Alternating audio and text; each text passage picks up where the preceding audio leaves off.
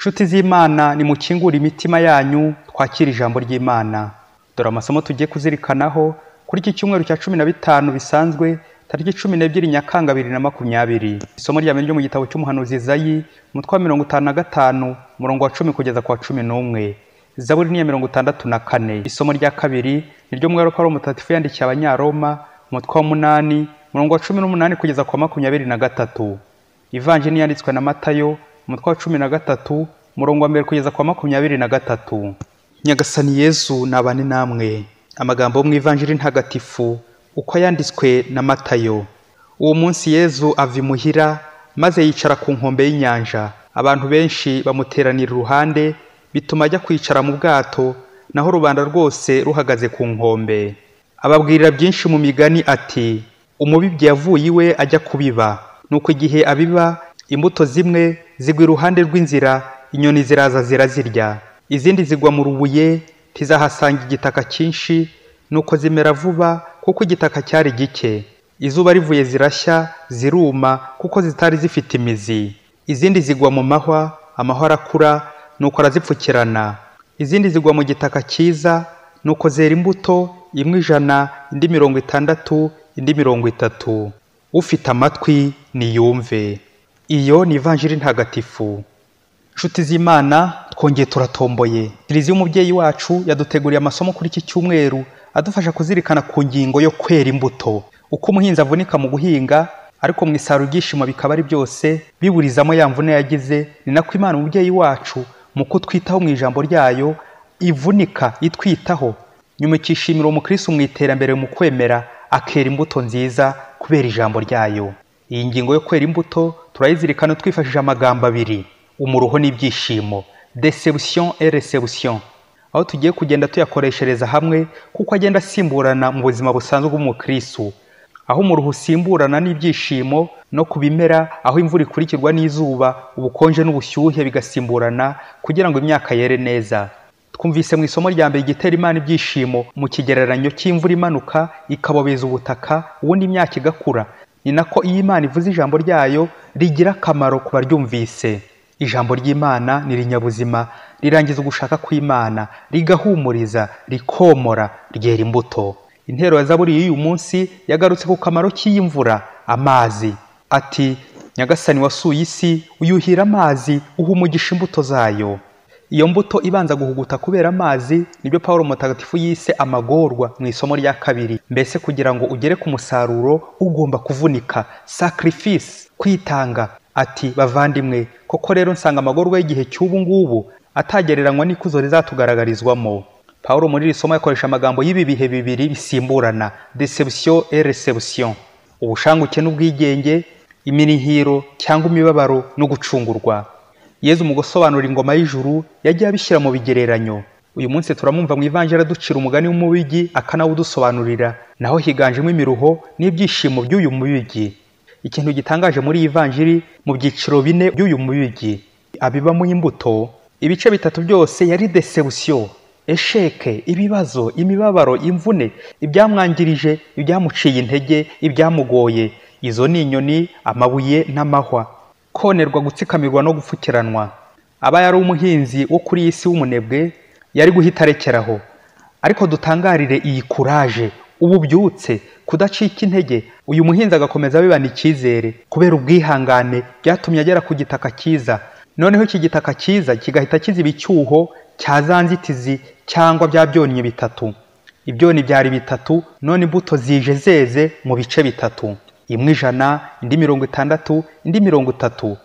Bishushanya uburyo Imana ikora uko ishoboye kose mu kuduhoza amarira, agahinda n'imibabaro twagize, iduha icyizere, iziba icyuho cy'umwanzi sekibi, maze ikaduha ibyishimo birambye.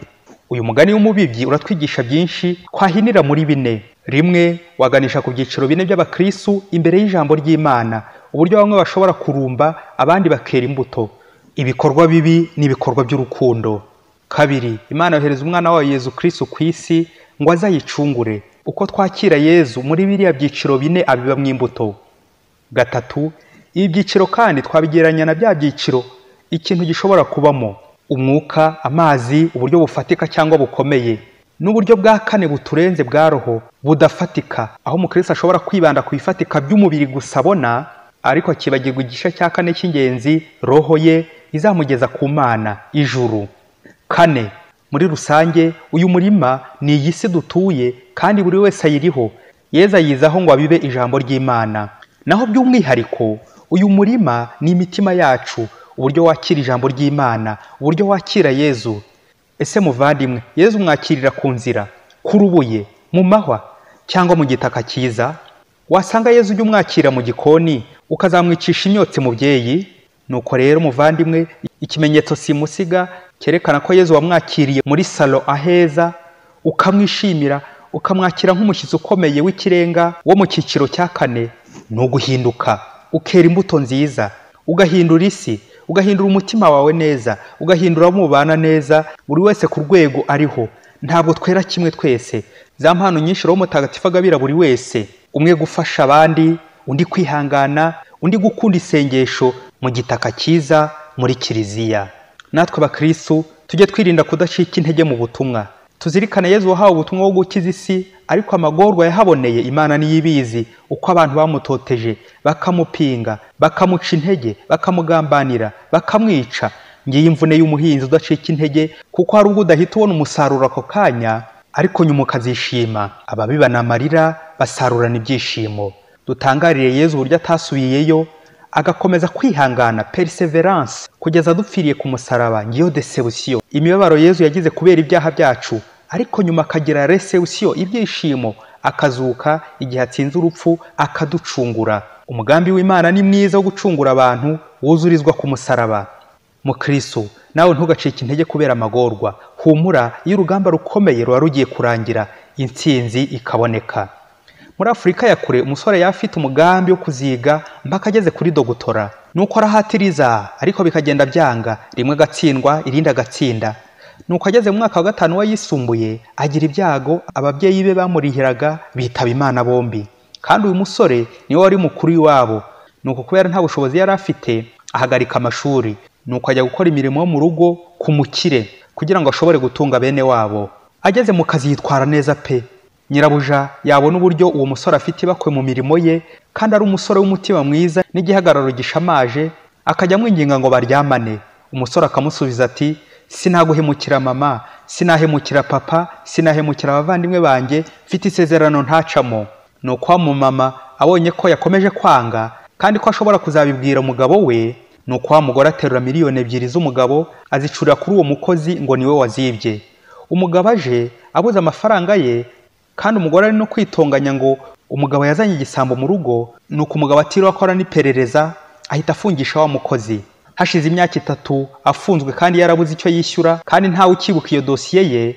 Nuko wa mugabo umunsi umwe yirirwa mu rugo ashakisha ibyangombwa by'ubutaka by'imirima ye. Nuko aza kugwa ku mpapuro 2. Rumwe yari bordero, umugore yari yarahishe, yarabikirijeho za miliyoni 2, ashyira kuri konti ya musaza we wabaga mu mahanga. Urundi rupapuro rwa 2 rwari rwanditseho ngo, mama sinshobora kuryamana nawe, sinaguhemukira mama, sinahemukira papa, sinahemukira abavandimwe banjye, mfite isezerano ntacamo. Ye baba we, wa mugabo atangira kwibaza byinshi. Umugabo abonye ibimenyetso 2 araturikararira, yicuza impamvu atabanje gushishoza agafungisha uwo mwana n'amarira menshi. Nuko ajya gufunguza wa musore, hanyuma aramubaza ati, mbwira icyo nagukorera mbonereho kugusaba imbabazi ko naguhemukiye nkagufungisha nkurenganyije. Umusore ati, uri umubyeyi wanjye birahagije. Wa mugabo ati, nanjye mwana wanjye ntacyo uzamburana. Guhera ubwo wa musore arafungurwa, wa mupapa yita ku muryango we, aramurihira. Ye wa musore nubwo byatinze yaje kujya no kuri dogutora. Ubu ni umuyobozi ukaze cyane kubera Imana. Imbuto y'umugisha yera ku giti cy'umuruho. Wa mugano ugira uti, imfubyi yumvira mu rusaku. Babyeyi murera, babyeyi mukoresha, uyu musore udafite izina nawe uhashyira iryawe, yari yaramenye agaciro n'igisobanuro cy'umubyeyi. Mu mirimo yacu akenshi duhuzwa n'akazi n'amafaranga, tukibagirwa ko dufitanye isano isumbi y'amaraso. Umuntu ukurera ni papa, ni mama wawe. Umuntu ukoresha urera ni umwana wawe. Naho ibindi bigeretseho ngo byabuja ni ubuja nyine, nawe urabyumva. Ayo ni amatitire y'ubuja n'ubucakara. Ye baba we, gushakira ibyubahiro mu buja kweri. Ushobora kubihomberamo ugafungisha umwana wawe, ugafungisha umubyeyi wawe kubera gukunda amafaranga n'ibyubahiro. Nyamara Imana ntihemuka ku isezerano ryayo babyeyi. uyu musore atubera umwanya mwiza wo gutekereza ku migambi no ku masezerano twagiranye n'Imana mu ijambo ryayo. Hari ubwo ugera mu nzira zigoranye ugahura n'inzitizi, ugahura n'inyoni, urubuye, amahwa, mbese nk'imyaka 3 mu buroko ukaba wanashengukiramo, ukabeshyerwa, ukarengana, ugahura n'urucantege, mbese nk'uyu mugore cyangwa abandi banyabinyoma, kubera ibibazo ufite, uburwayi, ubukene, esheke, warihebye. Ibyo byose muvandimwe, humura, bihereye muri bya byiciro 3 bya deception, imibabaro. Ariko hari ikindi cyiciro Imana ibigutegurira imbere utazi, kuko igufiteho umugambi mwiza. Irashaka kugeza muri cya cyiciro cya 4 cy'igitaka cyiza, ibyishimo n'intsinzi. Igukure ku gisuzuguriro, iguhe kuba umwizerwa, igukure mu buroko, iguhe kwigenga, igukure mu ubuja bw'icyaha, iguhe ihirwe ry'ijuru. Iyo Mana yitwa ntihemuka. Mubyeyi ufite isezerano, rikomereho mu budahemuka. Ntuzahemukire papa, mama n'abavandimwe. Imana umubyeyi wacu nticika intege mu kutwitaho. Ishobora kuduha ibyishimo tukiri hano ku isi, ariko ibyishimo birambye ni iby'ijuru duteganyiriza. Mukristo rero ntucike intege, ntudohoke, ntiwonerwe. Ongera ifumbire, ongera imbaraga, ongera ubudacogora, komera ku isezerano. Nimugire amahoro. Padiri Masumbuko Ladislas wa Diyoseze ya Cyangugu. Yesu